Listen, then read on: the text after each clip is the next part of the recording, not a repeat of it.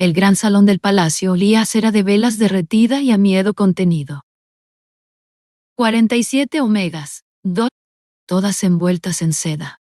Todas con los ojos clavados en el suelo de mármol, como si buscar algo en él fuera a salvarlas. No.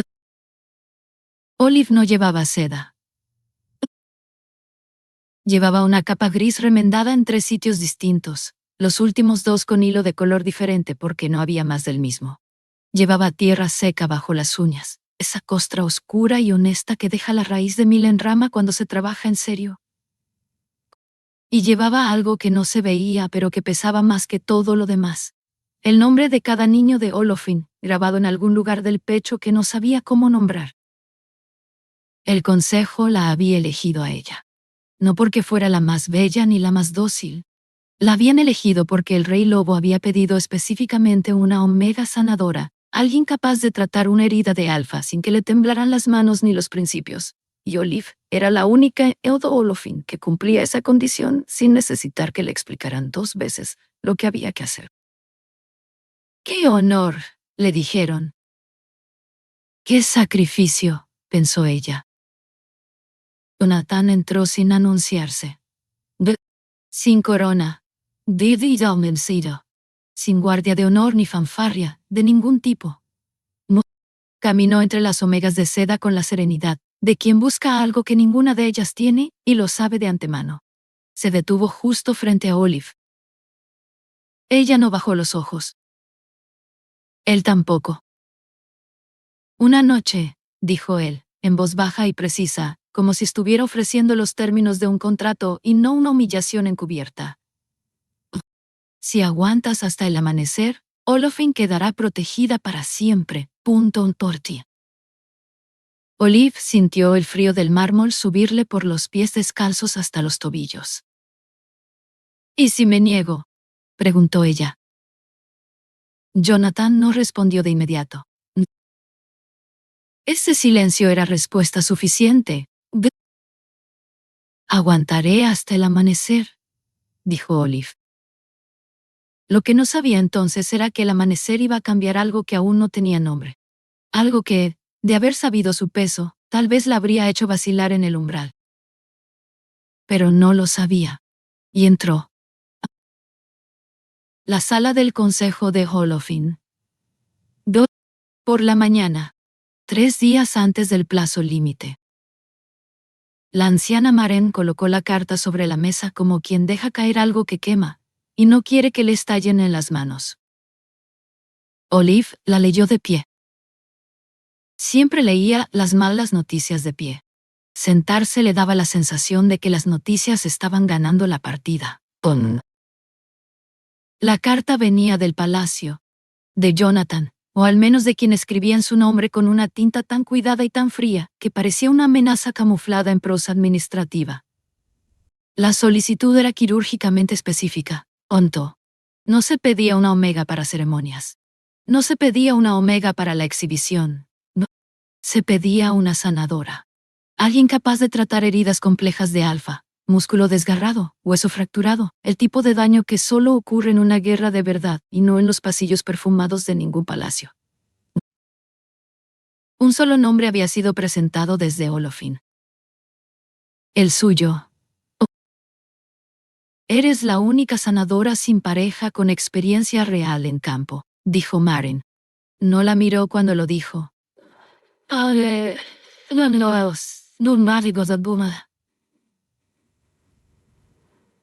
No la miró cuando lo dijo.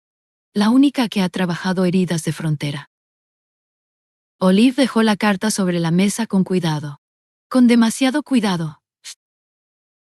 Están usando lo que más me enorgullece, dijo, para entregarme. Estamos usando lo que te hace valiosa. La voz de Maren no vaciló ni un instante.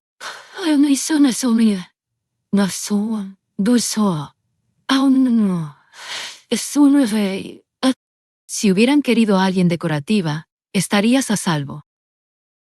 Se suponía que eso era un consuelo. No lo fue. Olive caminó hacia la ventana. Abajo, En la plaza de tierra que hacía las veces de centro del pueblo, 3 niños perseguían a un perro que había robado el pan de alguien. Una mujer reía desde el umbral de su casa. Un anciano reparaba un poste de cerca que llevaba roto desde la primavera. Siempre roto desde la primavera, siempre siendo reparado, nunca del todo terminado. Como tantas otras cosas en Olofin que se sostenían a fuerza de voluntad y hilo. Conocía sus nombres. A todos. Le había enyesado la muñeca al anciano 2 inviernos atrás. La mujer de la puerta había perdido a su primer bebé, y Oliva había permanecido a su lado durante toda la noche sin saber muy bien qué decir, simplemente quedándose, porque a veces quedarse es todo lo que cabe. Los niños había tratado a los 3 de fiebre el otoño pasado, uno tras otro, en la misma semana agotadora. Sus manos recordaban todo aquello. Sus manos siempre recordaban. Tomó la pluma. La firma tardó 3 segundos. El camino de vuelta a su habitación tardó bastante más. Se sentó en el borde de su catre y miró sus manos.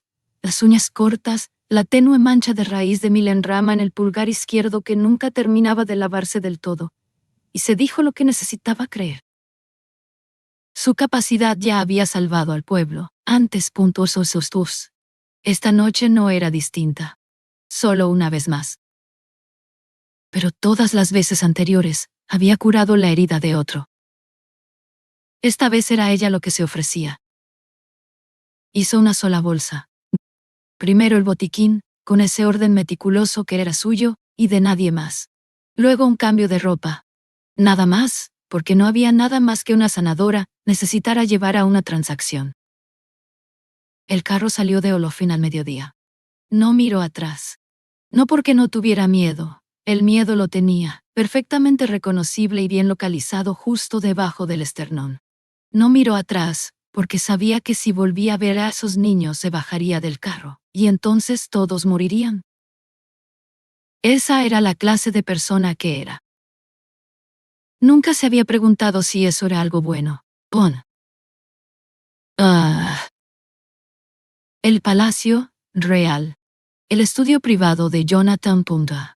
Esa misma noche, se había preparado para la peor versión de él. Cada historia que había escuchado sobre Jonathan, y había muchas en Olofin, las contaban como se cuentan las advertencias meteorológicas, con la misma mezcla de respeto y fatalismo. Apuntaba a la misma forma de hombre. Frío, de amor ni a buena lesión torosolebera. De amor estoy no del huerto hasta tú. Preciso. Del tipo de alfa que había ejecutado a 3 rivales con sus propias manos en una cumbre diplomática, no por rabia sino por cálculo puro, que nunca había perdido una guerra de frontera.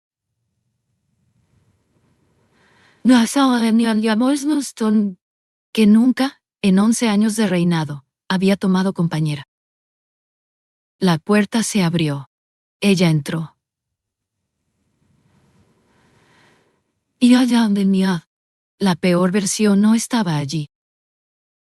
Lo que había, un hombre de pie ante una mesa ancha cubierta de mapas militares, de espaldas a ella, con una mano trazando una línea de río cerca de la frontera oriental, con la concentración de quien resuelve un problema que lleva días sin solución.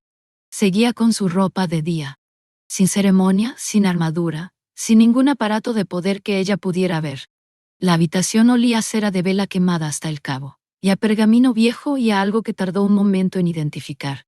La raíz amarga de alguna infusión que alguien había dejado enfriarse en un rincón. No se dio la vuelta de inmediato. Ella se quedó cerca de la puerta y esperó. La correa de la bolsa le cortaba el hombro. No la dejó caer. No la dejó caer. Cuando finalmente se volvió, no la miró de la manera en que los hombres solían mirar a las omegas que les traían. No recorrió su cuerpo con la mirada, ni su cara ni su cabello. La miró de la manera en que ella miraba a un nuevo paciente, haciendo inventario, calibrando capacidad, decidiendo con qué estaba tratando. Reconoció esa mirada al instante. Quiere. Era la mirada de alguien que necesitaba que se hiciera algo. Caminó hacia la mesa del otro lado de la habitación. No la de los mapas, una más pequeña y sin adornos, y colocó sobre ella una sola hoja de papel, escrita a mano. No una proclamación real, no un decreto con sello, solo palabras en una letra clara y sin adornos, tan ordenada que resultaba casi austeras. «Léelo», dijo. Ella cruzó la habitación. Lo leyó. Era un contrato. Ella se queda hasta el amanecer. Durante ese tiempo, tiene derecho a negarse a cualquier cosa que quede fuera del acuerdo establecido. Todo contacto físico requiere consentimiento explícito y verbal. Amanecer, es libre de marcharse. Olofin recibe protección militar permanente, independientemente de lo que suceda o deje de suceder de aquí a entonces. Había una línea en la parte inferior para su firma. La de él ya estaba allí. Lo leyó 2 veces. «No necesito tu sumisión», dijo él desde algún lugar detrás de ella. «Necesito a alguien que sepa lo que está eligiendo».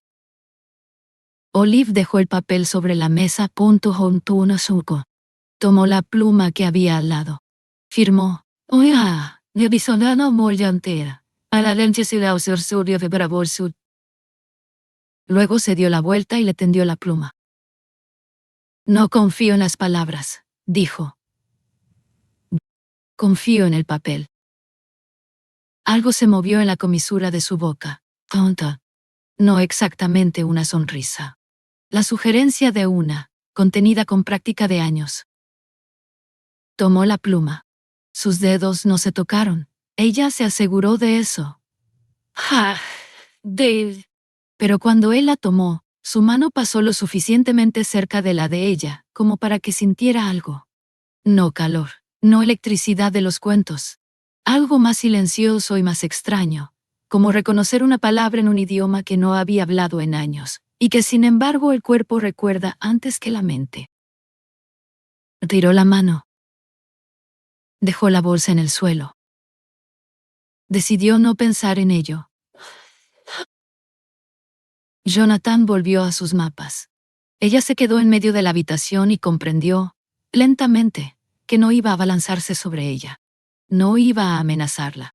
No iba a hacer ninguna de las cosas para las que había ido afilándose como un arma durante todo el viaje en carro. Se había preparado para pelear. Y ahora no había nada contra lo que pelear. No sabía qué hacer con eso.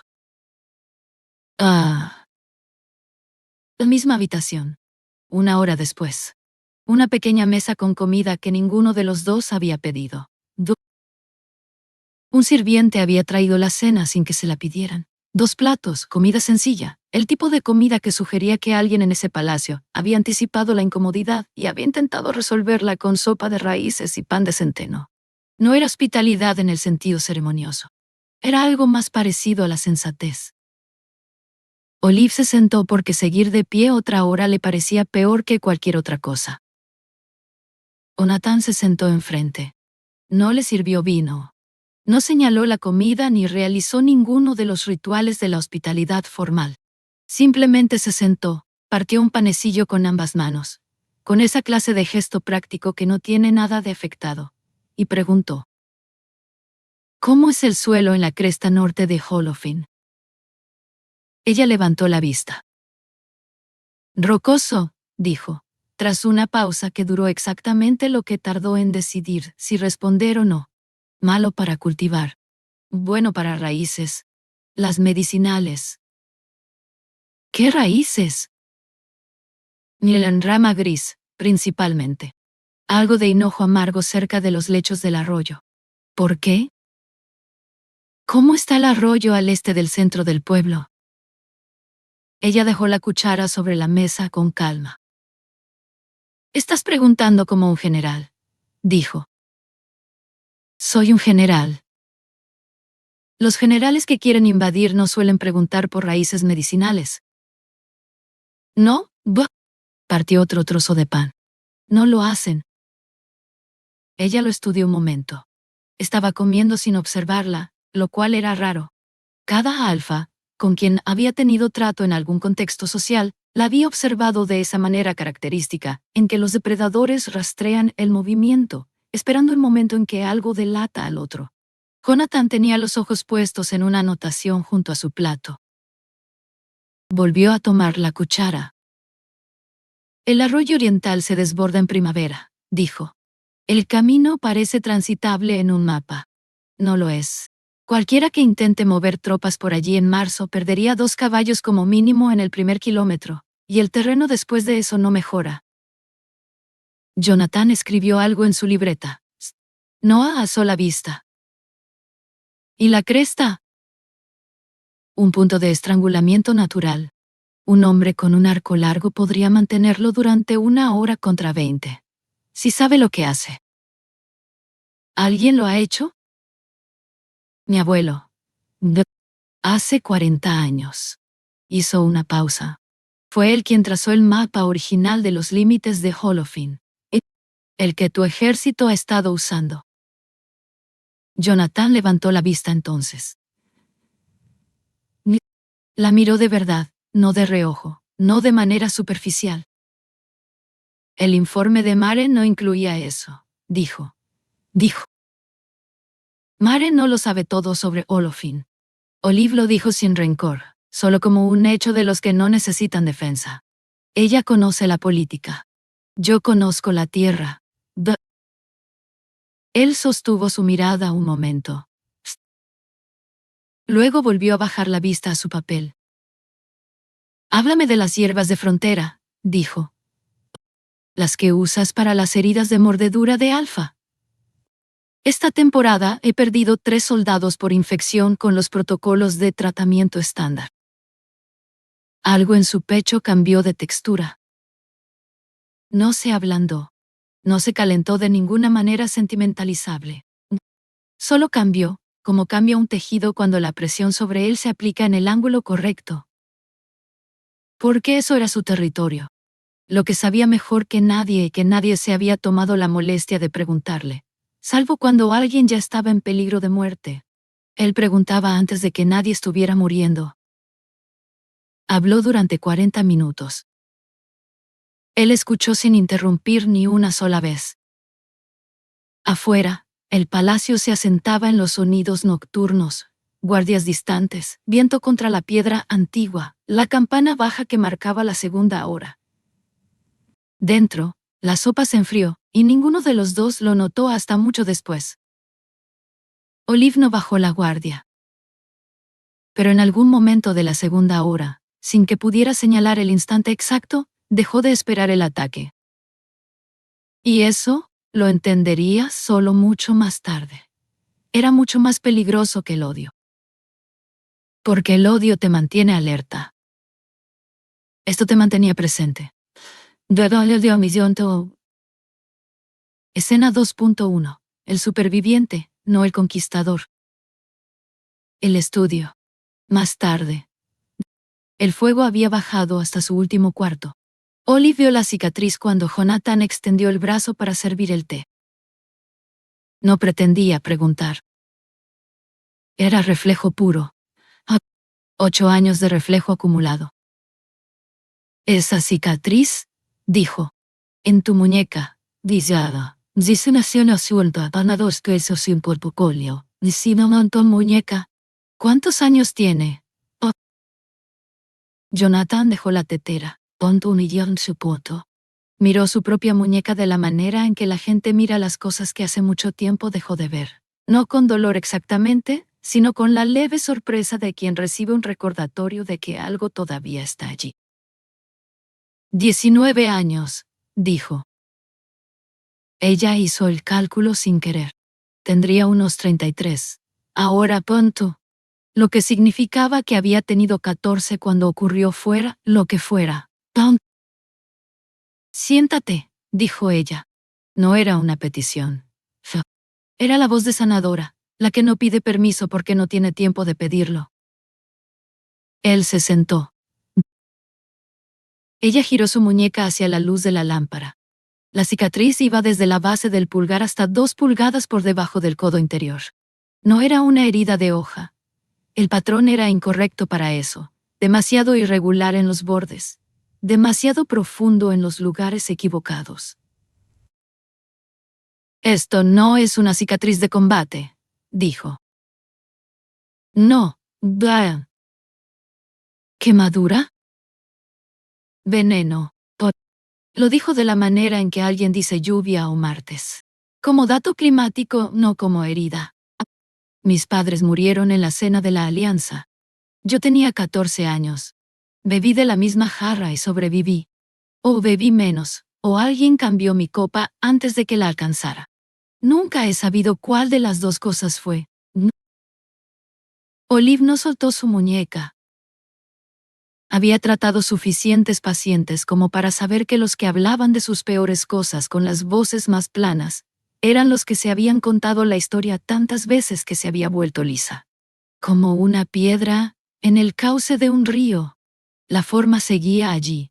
Los bordes simplemente habían desaparecido con los años de agua. Estaba solo después de eso, dijo ella. No como pregunta. Cada alfa de la región esperaba que fracasara. Una pausa. Algunos eran educados al respecto. Ni uno de los almas se merecían educados al respecto. Y los que no lo eran, ya no están esperando. Ella soltó su muñeca. Él no la retiró de inmediato. No. Por eso el contrato, dijo ella. No era una pregunta, sino un diagnóstico en voz alta. Por eso, exiges consentimiento explícito, por escrito. No porque seas generoso. Porque aprendiste, a la fuerza y siendo muy joven, que las personas que obedecen por miedo te traicionarán en el momento exacto en que vean una oportunidad. Jonathan la miró con esa atención que ella ya estaba comenzando a reconocer.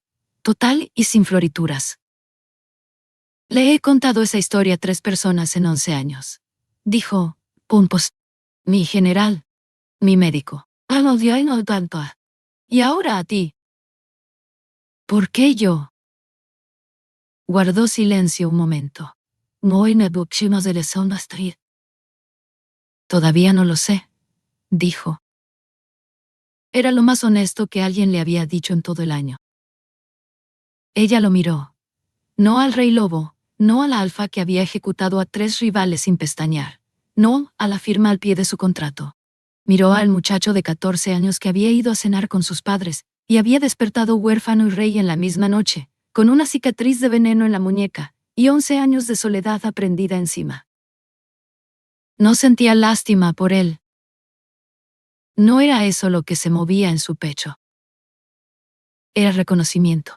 El reconocimiento específico e incómodo de alguien que también ha sido usado precisamente por lo que más confiaba de sí misma. Tomó su té. Bebió. No dijo nada. Pero dejó de sentarse en ángulo apartada de él. En Indiana. Escena 2.2. El espacio entre querer y saber. Todavía el estudio. El fuego estaba casi apagado. Ninguno de los dos se había movido para añadir leña. No estaba segura de cómo habían pasado de sus padres muertos a su pueblo. Ocurrió de la manera en que ocurren las conversaciones a las 2 de la madrugada cuando bajan las defensas, de lado, sin anuncios, sin que nadie declare que va a ser sincero.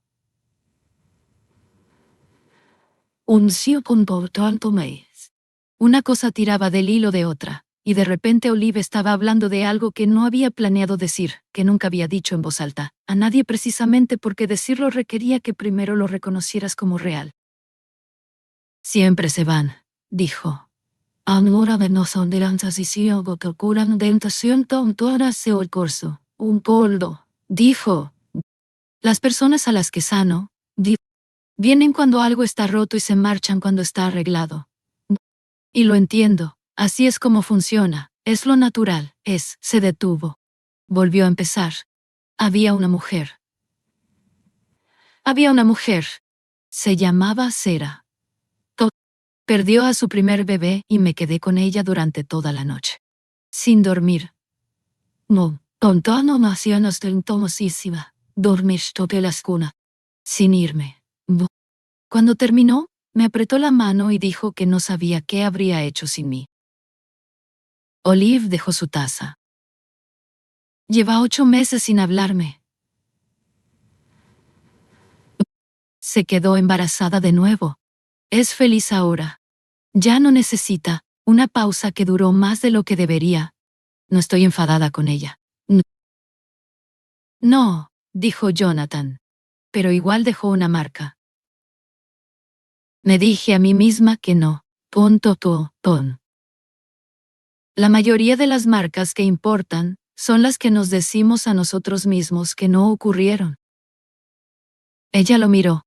Neil. La gente tiene miedo de deber algo a alguien más fuerte que ella, dijo él, con la calma de quien habla de geografía. Es más fácil irse que quedarse y sentir el peso de la deuda. El fuego hizo un pequeño sonido. Un tronco asentándose sobre sus propias brasas. Olive había escuchado ese tipo de consuelos antes, normalmente de personas con buenas intenciones y la frase preparada, normalmente en la forma de no tiene que ver contigo, tiene que ver con ellos. Andamiaje vacío. Algo en lo que apoyarse mientras el sentimiento real pasaba por debajo. Pero Jonathan no lo había dicho para consolarla. Lo había dicho como un hombre que lee un mapa que ha memorizado por pura necesidad de supervivencia. Sin dramatismo. Sin ternura calculada. Conocía ese territorio. El territorio de ser demasiado capaz para que se quedaran contigo.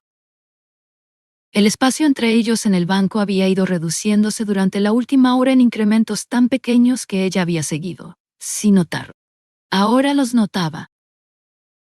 Su hombro estaba lo suficientemente cerca de ella, como para que si cambiaba su peso, sentiría el calor de él. Él no se movió hacia ella.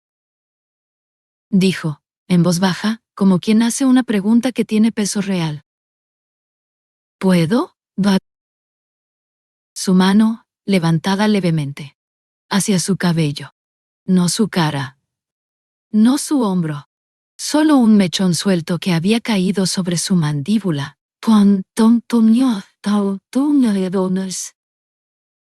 Era algo tan pequeño. Ese era el problema.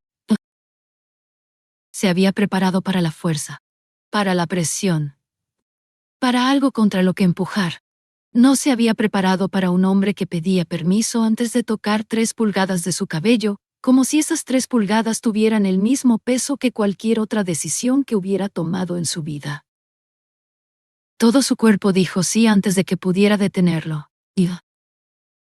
Y entonces llegó el pánico. No el miedo a él. El miedo a sí misma, al deseo, a la velocidad con que había llegado, al poco control que aparentemente tenía sobre él. Era Olive. Ella mantenía las cosas en orden. Hacía listas. Tenía protocolos. No quería cosas que no podía contabilizar ni administrar. Lo besó, Nina. Lo hizo antes de poder pensarlo, que era exactamente por eso lo hizo, porque pensar la habría detenido, y necesitaba detener el deseo actuando sobre él, convirtiendo lo que le estaba pasando en algo que ella había elegido. Si lo iniciaba ella, seguía siendo suyo. Eso era lo que se dijo en el medio segundo antes de moverse hacia él. Lo besó, y él se quedó muy quieto. Sin apartarse. Sin responder. Ya. Solo quieto, como una persona que recibe algo que no esperaba y no sabe todavía qué hacer con ello. Luego se retiró, apenas ligeramente. Lo suficiente para mirarla de frente. ¿Es esto lo que realmente quieres? Preguntó. Bajo. No suspicaz ni calculador. Solo preguntando, de la manera en que le había pedido que firmara el contrato, de la manera en que preguntaba por los lechos del arroyo. como si la respuesta importara de verdad y fuera a trabajar con cualquiera que resultara ser. Algo dentro de su pecho se agrietó a lo largo de una costura que no sabía que estaba allí. Porque nadie le había preguntado eso nunca. No así. No cuando ella ya se había movido hacia ellos. No cuando negarse habría resultado incómodo para todos. Lo miró. Sus manos temblaban ligeramente. Las presionó planas contra sus rodillas. No lo sé, dijo. Y era lo primero completamente verdadero que había dicho en toda la noche. ¡Ey! Escena 2.3. Los nombres de 3 personas. El estudio. Cerca de medianoche. Un golpe en la puerta. La voz del general, baja y tensa, desde el otro lado. El golpe llegó en el peor momento posible. Lo cual, pensó Olive mucho después, era probablemente exacto en cuanto a cómo funcionaba el mundo. Jonathan cruzó la habitación en 4 pasos y abrió la puerta. Su general. Un hombre de hombros anchos llamado Corben, con una cicatriz en la barbilla y la cara, habituada a dar malas noticias. Habló rápido y en voz baja, con la eficiencia específica de alguien que entrega información que desearía no tener. Olive escuchó las palabras clave desde el otro lado de la habitación. Ral, frontera. 3 muertos. Jonathan cerró la puerta. Se quedó de espaldas a ella, exactamente 2 segundos. Ella los contó.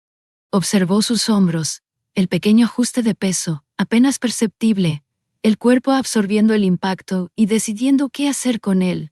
No fue derrumbe. No fue rabia. Fue la mecánica silenciosa de alguien que lleva 11 años procesando golpes sin que nadie los vea llegar.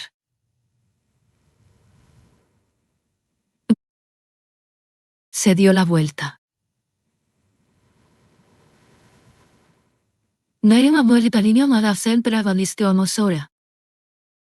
Ral cruzó el límite norte de Holofin, dijo. Quemó un asentamiento. 3 bajas. Quería que yo supiera que lo hizo esta noche. Mientras yo estaba aquí, no.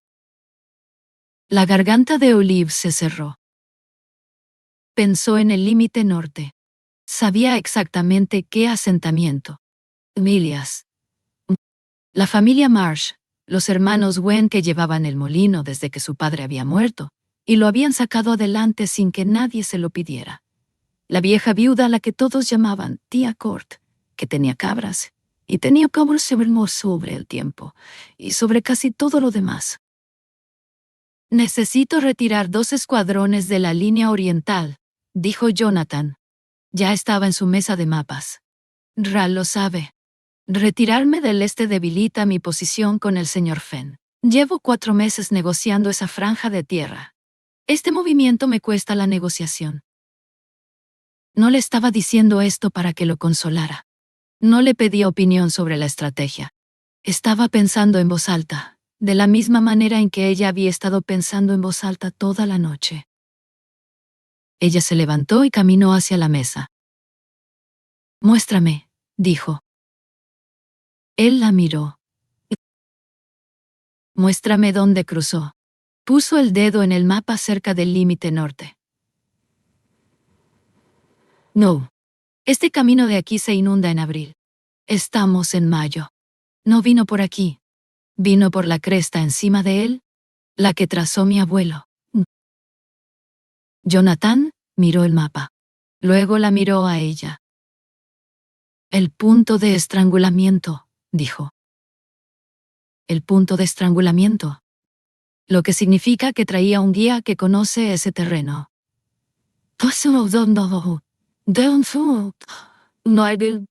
O un mapa. Una pausa que duró lo que tardó en ensamblar las piezas. El mapa de tu abuelo, dijo Jonathan despacio. Que el consejo presentó a tu despacho cuando firmamos la solicitud de protección hace 2 años. Silencio. Alguien se lo dio a Ral, dijo ella. La mandíbula de Jonathan se tensó con una precisión que ella ya reconocía. No era rabia sin gobierno, era rabia administrada. Lo más peligroso que existe. Escribió 3 palabras en un papel, lo dobló y golpeó 2 veces la puerta. La mano de Corbin apareció. ¡Ay, ay! El papel desapareció. Luego Jonathan se sentó. Miró el mapa durante mucho tiempo sin tocarlo. Olive lo observó. Había esperado que emitiera órdenes, que interpretara la decisión que hiciera lo que hacen los hombres poderosos cuando necesitan que el mundo los vea siendo poderosos. Solo se sentó, así nada más calculando, aceptando el coste, moviendo piezas en su cabeza que tenían peso humano real, y él no fingía que no lo tenían. Al cabo de un rato, extendió la mano hacia el informe del incidente que Corbin había dejado. Lo leyó. Luego la miró a través de la mesa. ¿Quieres saber sus nombres?, preguntó. Ella no entendió la pregunta al principio. Las 3 personas, dijo él, del asentamiento. La respiración de Olive se cortó. Sí, susurró. Él leyó del informe. Dana Marsh, 41 años. Una pausa. Wen Court, 17. Otra pausa. Una mujer registrada solo como Court, sin apellido en el registro. Olive puso la mano plana sobre la mesa. Tía Court. Tenía opiniones sobre el tiempo y las compartía con quien tuviera la paciencia de escucharlas.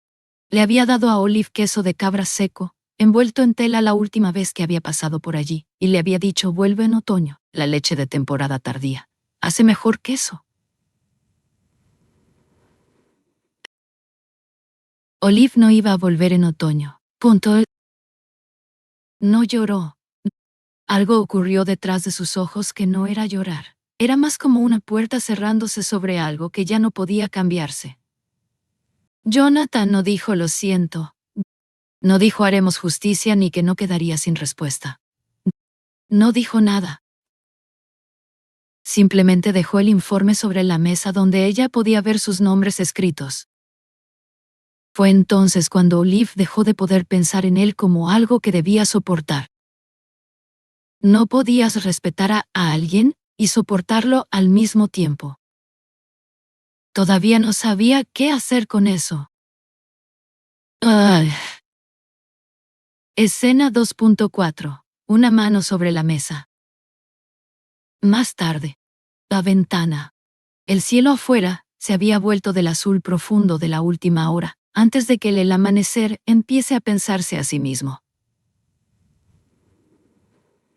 No uno false solto, y todo como en punto ahora pensó a sí mismo. No habían hablado mucho después de los nombres. No había nada que decir que no fuera más pequeño que lo que acababa de ser nombrado. Así que se habían sentado, cada uno por su cuenta, en la misma habitación, y habían dejado que el silencio hiciera lo que el silencio sabe hacer a veces, no llenar el espacio, sino hacerlo soportable. Olive se había movido hacia la ventana.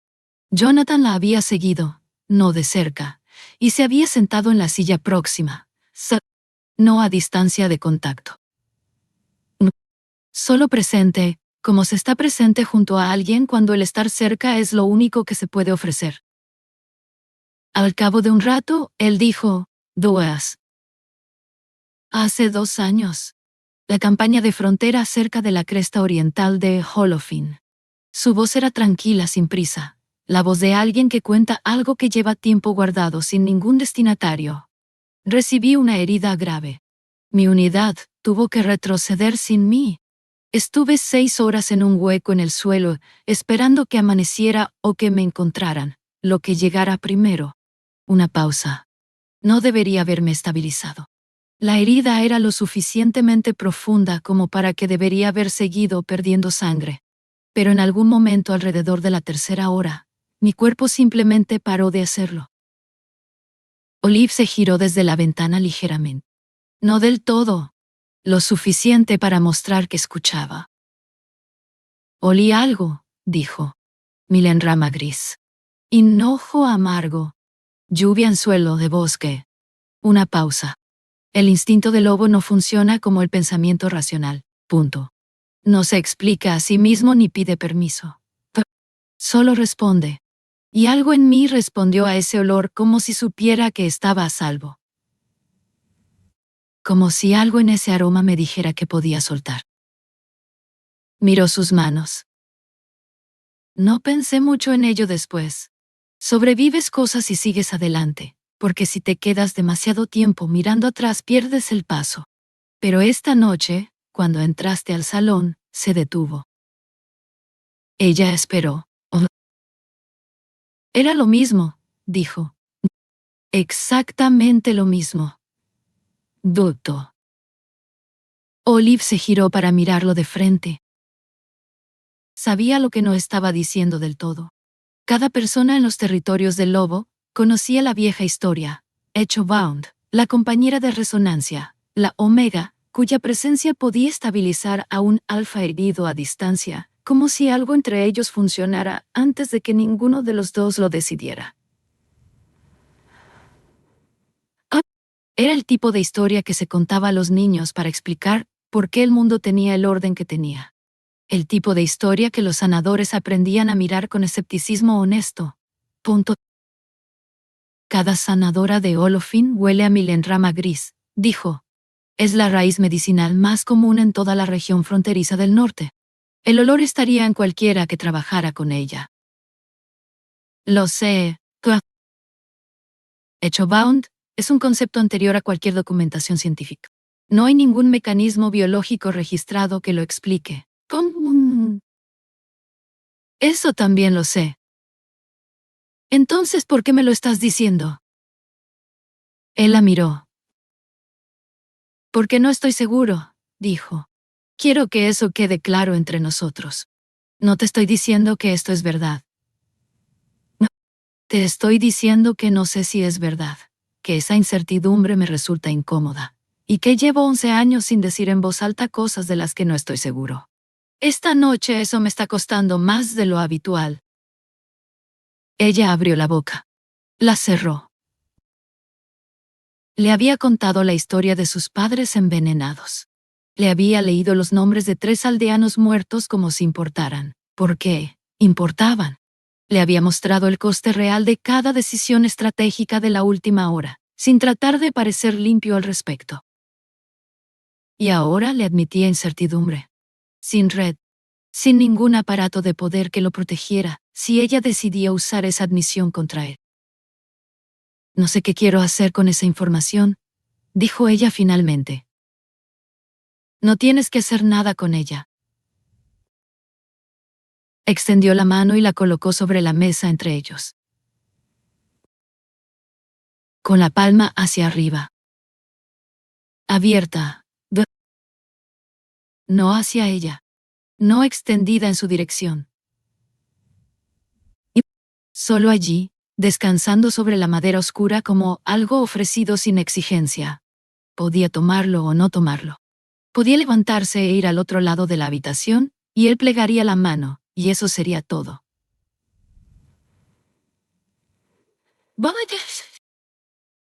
Ella la miró. Pensó en Sera, que le había apretado la mano en la oscuridad, y luego había desaparecido sin mirar atrás. Pensó en Tia Cord, y su queso de otoño que ya nadie haría.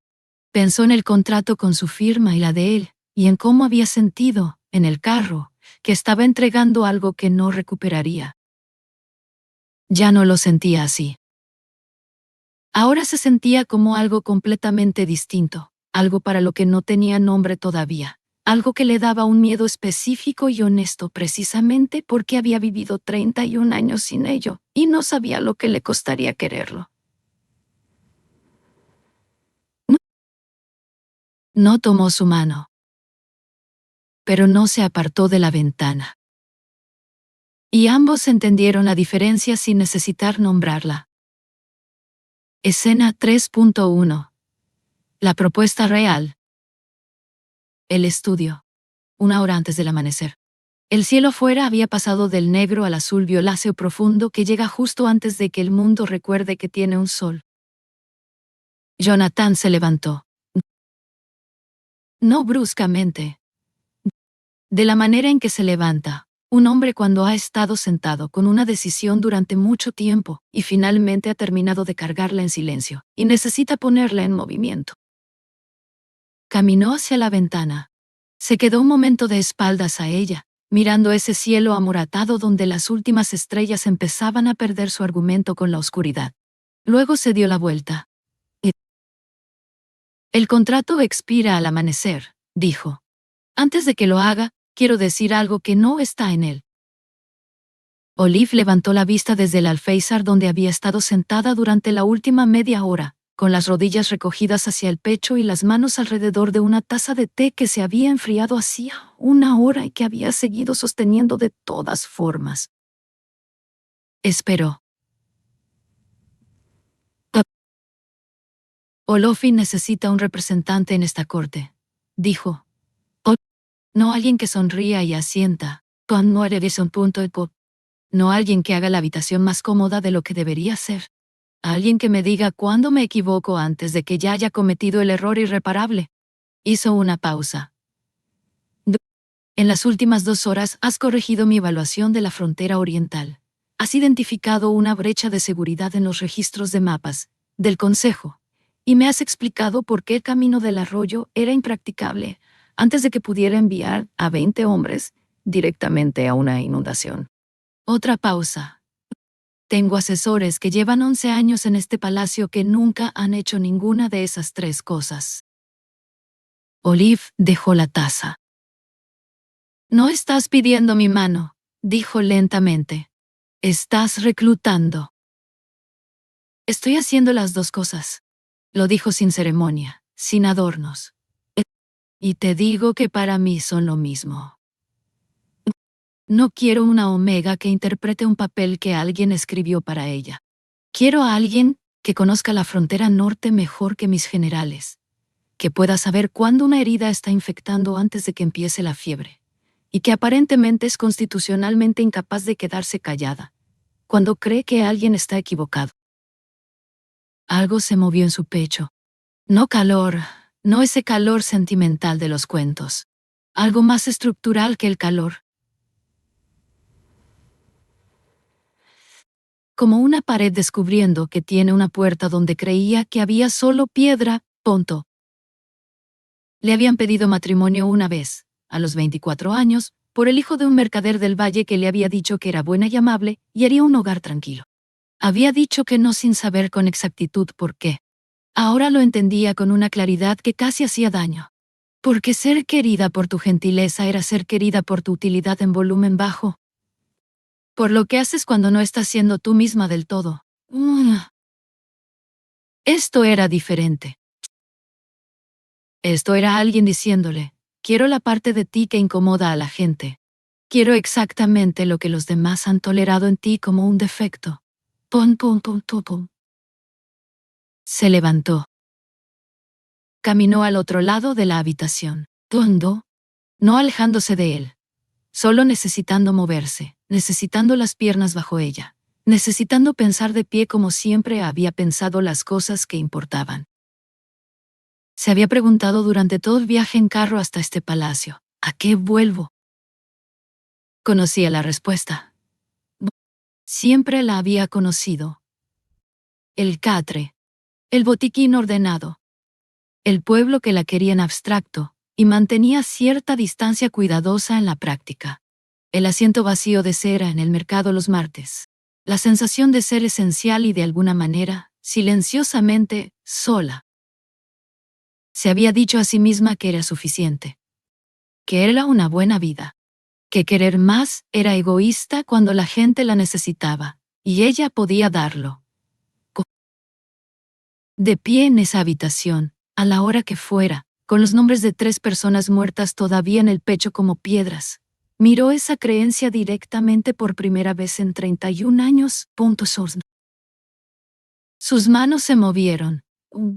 Las presionó planas contra sus muslos. No tengo miedo de ti, dijo. No para tranquilizarlo. Solo pensando en voz alta, llegando a algo. Lo sé, dijo él. Tengo miedo de querer algo para mí misma, lo dijo a la pared frente a ella. Nunca he sido muy buena en eso. Detrás de ella, Jonathan no dijo nada. Lo cual era exactamente lo correcto. Escena 3.2. El santuario. El fuego. El paso que ella dio. Un corredor dentro del palacio, que lleva al patio interior. Todavía la misma noche. Le habló del santuario de los lobos de la manera en que le contaba todo, sin adornos, sin preparación dramática. Solo la información y luego la elección. Había un santuario en el patio interior del palacio. Antiguo, predinástico, del tipo de lugar que se había construido antes de que nadie hubiera decidido qué creer, ni cómo llamarlo. Según los textos más antiguos del archivo, si dos Echo-bound se colocaban dentro juntos, voluntariamente, ambos, sin coacción ni deuda ni ninguna clase de atadura, un fuego respondería en el cuenco de piedra que llevaba siglos vacío. Nunca lo he probado, dijo. Nunca he tenido razón para hacerlo. Una pausa. Si no sucede nada, te vas al amanecer exactamente como estipula el contrato. No lo vuelvo a mencionar. Ni a ti ni a nadie. ¿Y si sucede algo? Preguntó ella. Entonces quiero que sepas que lo que decidas después sigue siendo tu decisión. El fuego no te ata. No me interesa atarte. Su voz era uniforme, sin carga emocional visible. Quiero saber si es real. Eso es todo. El patio era pequeño, pavimentado en piedra gris antigua, desgastada por siglos de lluvia y pisadas. Una estructura de piedra baja en el centro, sin grandiosidad, sin pretensiones. Un cuenco poco profundo en su corazón que no había sostenido fuego en mucho tiempo, y lo mostraba. Jonathan se detuvo 2 pasos fuera del umbral. No entró antes que ella. No le hizo gestos para que fuera primero, no la urgió, no organizó la escena. Simplemente se detuvo y esperó. 2 pasos atrás, dándole toda la anchura de la entrada, dándole todo el peso de su propia elección sin tocarla. Olive se quedó en el umbral. El cielo sobre el patio seguía siendo ese azul profundo previo al amanecer. Las estrellas se estaban adelgazando. Todavía no se habían ido.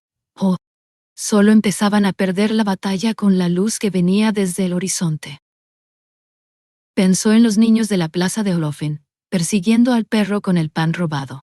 Pensó en Sera, que había desaparecido con su felicidad nueva, sin mirar atrás. Pensó en tía Court, que no haría queso en otoño. Pensó en el mapa de su abuelo, trazado con cuidado durante décadas y luego robado para quemar lo que él había pasado su vida, protegiendo. Pensó en el viaje en carro hasta aquí, y en la manera en que se había dicho a sí misma. Solo una vez más dando algo de mí para que los demás estén bien. Pensó en Jonathan preguntando, ¿es esto lo que realmente quieres? En el momento exacto en que decir sí no le habría costado nada, y ella nunca habría sabido la diferencia. Miró el cuenco de fuego vacío. Miró sus propias manos. Había curado tantas heridas de otras personas que nunca había tenido del todo en cuenta cuántas de las suyas simplemente había vendado y seguido trabajando, como si las propias no contaran de la misma manera. Entró.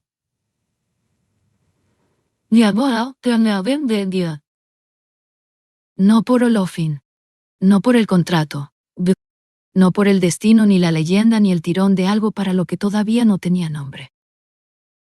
Entró porque tenía 31 años y nunca había tomado una decisión que fuera entera, única, completamente suya, y quería saber cómo se sentía eso antes de convencerse de nuevo de que no lo necesitaba. El fuego llegó. No de manera explosiva.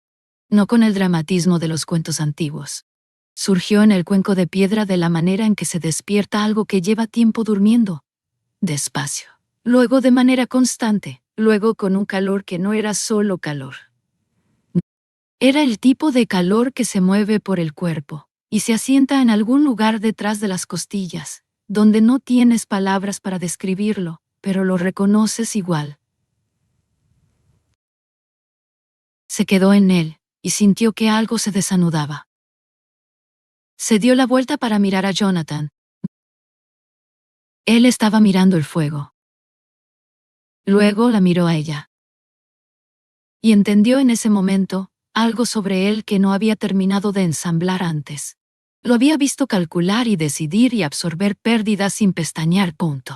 Lo había visto leer los nombres de 3 extraños muertos de un informe sin apartar la mirada. Lo había visto colocar la mano sobre una mesa y esperar sin exigir. No lo había visto verse así. Como un hombre que había pasado 11 años completamente seguro de que lo que estaba a punto de sentir no existía. Como un hombre que estaba equivocado. No se movió hacia ella. No habló. Su mandíbula estaba tensa, no con control calculado esta vez, sino con la atención específica de alguien que intenta sostener algo con cuidado, porque tiene miedo de romperlo si aprieta demasiado. Ella caminó hacia él. Él exhaló. Era el sonido más pequeño que había escuchado en toda la noche. Y el que más peso tenía.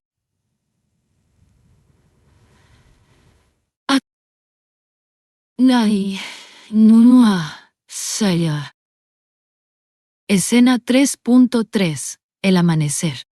El precio de elegir. El estudio otra vez. La ventana. El cielo afuera ahora gris pálido en los bordes. La primera luz incolora de la mañana comenzando a definir los tejados. El amanecer llegó sin preguntar. Siempre lo hacía. Olive se quedó en la ventana y observó llegar la luz. No el amanecer dorado de las historias románticas, solo el lento y práctico regreso de la visibilidad. Formas donde había oscuridad. Tejados. El vuelo temprano de un pájaro. Escuchó a Jonathan levantarse detrás de ella. Cruzó la habitación y se quedó unos pasos atrás. Sin apretarse contra ella. Solo presente. De la misma manera en que había estado presente junto al cuenco de fuego. Todavía puedes cambiar de opinión, dijo. El contrato ha terminado. Nada te retiene aquí. Puedes salir por la puerta del palacio, y haré que Corben te acompañe a casa antes de la segunda campana. Ella no se dio la vuelta.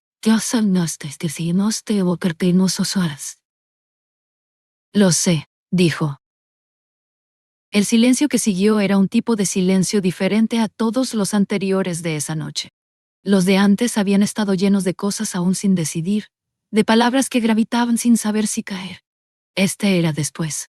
Este era el silencio de algo que ya tiene forma.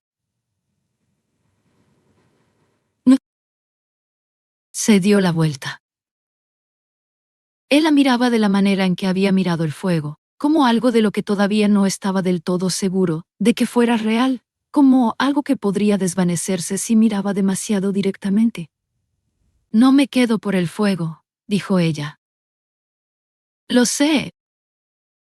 No me quedo por el contrato ni por Olofin ni por lo que sea que hecho Vaughn signifique en los textos más viejos del archivo. No. Eso también lo sé. Me quedo porque, se detuvo. Lo intentó de nuevo, buscando la frase exacta. Porque me preguntaste 3 veces esta noche lo que quería. 3 veces. Y he vivido 31 años, y puedo contar con una mano el número de personas que me lo han preguntado una sola. La garganta de Jonathan se movió. Abrió la boca.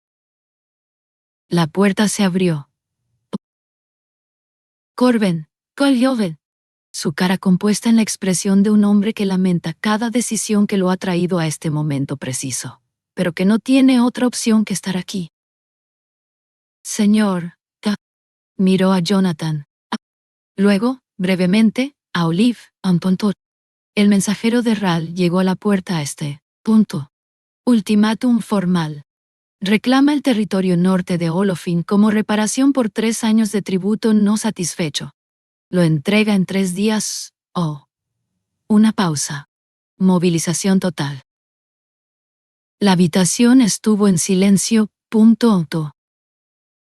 Olive miró la mesa de mapas.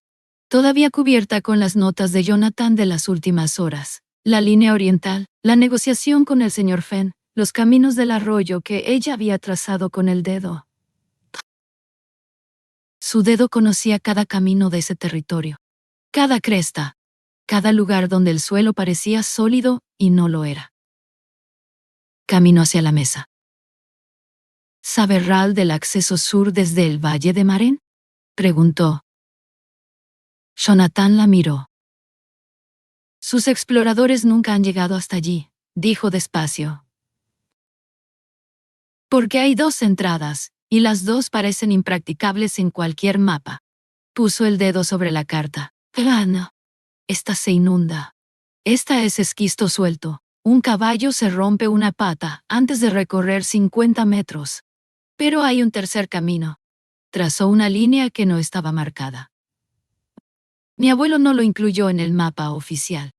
Decía que si dejas una puerta fuera del mapa, solo la gente que vive en esa tierra sabe que existe.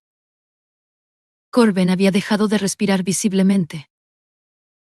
Jonathan miró el dedo de ella sobre el mapa. Luego su cara. ¿Conoces ese camino?, dijo. Lo he recorrido 40 veces. Una pausa. Miró a Corben. Déjanos. Corben se fue. En el silencio que siguió, Jonathan estudió el mapa durante un momento largo. Luego levantó la vista, y por primera vez en toda la noche, su expresión se rompió en algo que no era calculado ni administrado. Algo que vivía en las comisuras de sus ojos, y en el muy leve cambio de su boca. No la sugerencia de una sonrisa. Una de verdad. Parece, dijo, que acabo de ganar tanto una compañera como una estratega. Olive miró el mapa. ¡Tuay! El camino sin marcar que su abuelo había mantenido en secreto durante 40 años, porque entendía que algunos conocimientos solo tienen valor si los custodias bien. La luz pálida del amanecer extendiéndose sobre los tejados afuera. Esa luz sin color que antecede a toda la luz. Una noche para salvar Olofin. Eso era lo que se había dicho a sí misma en el carro. ¡Pum! Eso era el trato que había firmado con una mano que no temblaba, porque aprender a no temblar era lo primero que te enseñaban cuando querías ser sanadora. Pero cuando llegó el amanecer, no era la misma mujer que había hecho ese trato. Esa mujer había empaquetado un botiquín y había caminado hacia el sacrificio con los ojos abiertos, y lo había llamado deber, y lo había creído, porque era más fácil creerlo que mirar lo que había debajo. Esta mujer había entrado a un santuario porque quería. Esta mujer se había quedado porque lo había elegido. La guerra con Ral se acercaba. Lo entendía ahora con la misma claridad con que entendía una herida grave. Sin drama, sin negación, mirando directamente lo que hay. 3 días. Soldados reales, apuestas reales. Costes reales que iban a tener nombres y caras. No tenía miedo. Por primera vez en su vida adulta, estaba de pie en un lugar que había elegido, junto a una persona que le había preguntado 3 veces, sin excusa ni ventaja, lo que quería. ¿Tomó la pluma de Jonathan? Muéstrame lo que sabes sobre el flanco oeste de Ral, dijo. Y afuera, sobre los tejados de un palacio que ya no le era ajeno, el sol salió sobre un mundo que estaba a punto de volverse mucho más difícil, y mucho más vivo al mismo tiempo. Una noche para salvar Olofin. Pero cuando llegó el amanecer, ya no era la omega de una transacción. Era la mujer que había elegido, por primera vez, a sí misma. Y la guerra de verdad apenas acababa de comenzar. Olive no entró al santuario por deber. Entró porque, por primera vez en 31 años, eligió algo para sí misma. Sin calcular el coste. Sin preguntarse si merecía ocupar ese espacio. ¿Cuántas veces nos hemos dicho una vez más? Una vez más dando. Una vez más cediendo. Una vez más quedándonos en segundo lugar. Como si querer algo propio fuera un lujo que no nos corresponde. Esta historia nos recuerda algo sencillo y difícil a la vez. Sanar a otros no significa olvidarse de sanarse. Que pedir permiso para desear no es egoísmo. No. Que quedarse no siempre es rendirse. A veces quedarse es el acto más valiente que existe. Y que hay personas que, en lugar de usar tu fuerza para doblegarte, te miran y preguntan, ¿es esto lo que realmente quieres? Cuando esa pregunta llega, no la desperdicies. El amanecer no le devolvió lo que perdió. Le mostró lo que siempre había sido suyo. Solo necesitaba entrar. Si esta historia tocó algo en ti, aunque no sepas exactamente qué, escríbelo en los comentarios. A veces nombrar lo que sentimos es el primer paso para entenderlo. Un like le dice al algoritmo que vale la pena. Una suscripción nos dice a nosotros que vale la pena seguir. Hola, fin.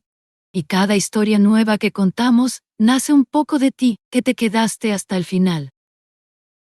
Gracias por estar aquí. Hasta la próxima historia.